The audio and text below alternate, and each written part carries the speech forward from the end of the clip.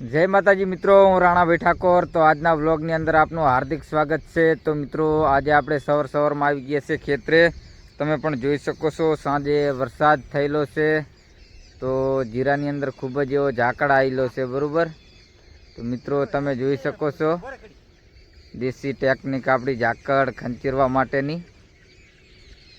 તમે પણ મિત્રો જોઈ શકો છો ઝાકળ પાડી રહ્યા છીએ।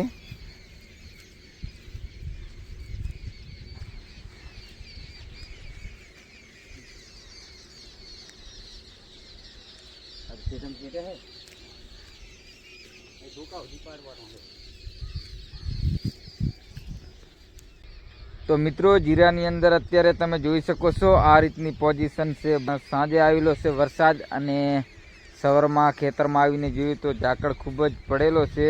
તમે પણ જોયું કે દેશી જુગાડ આપણે અપનાવી રહ્યા છીએ, સાડી પકડી અને ઝાકળને ખંચેરી રહ્યા છીએ। તો વિશાલભાઈ પણ અત્યારે નખલા લઈને જાય છે નીંદવા માટે, તમે જોઈ શકો છો।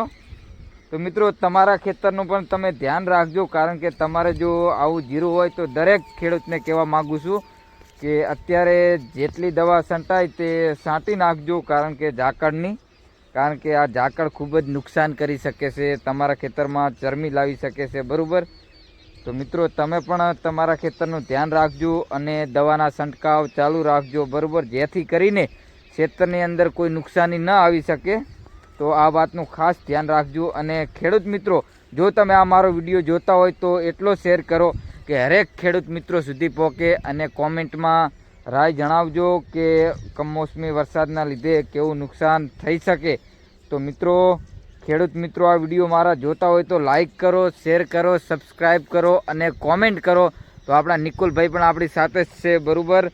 તે હરેક વ્લોગમાં જ્યારે પણ વ્લોગ બનાવશું ત્યારે આપણી સાથે જ હશે।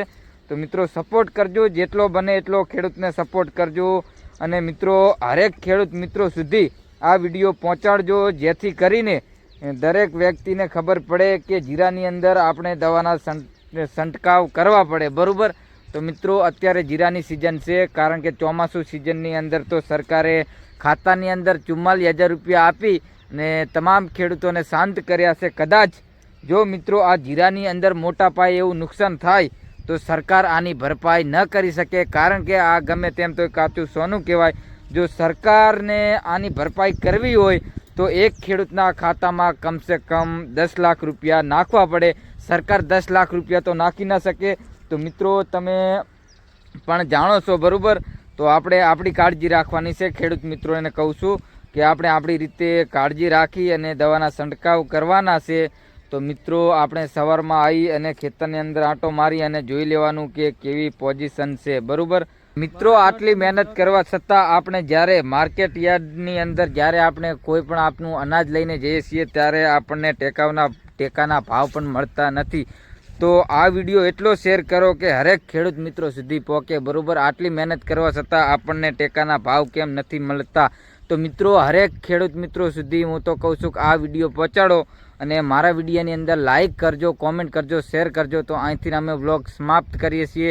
તો જય જવાન, જય કિસાન।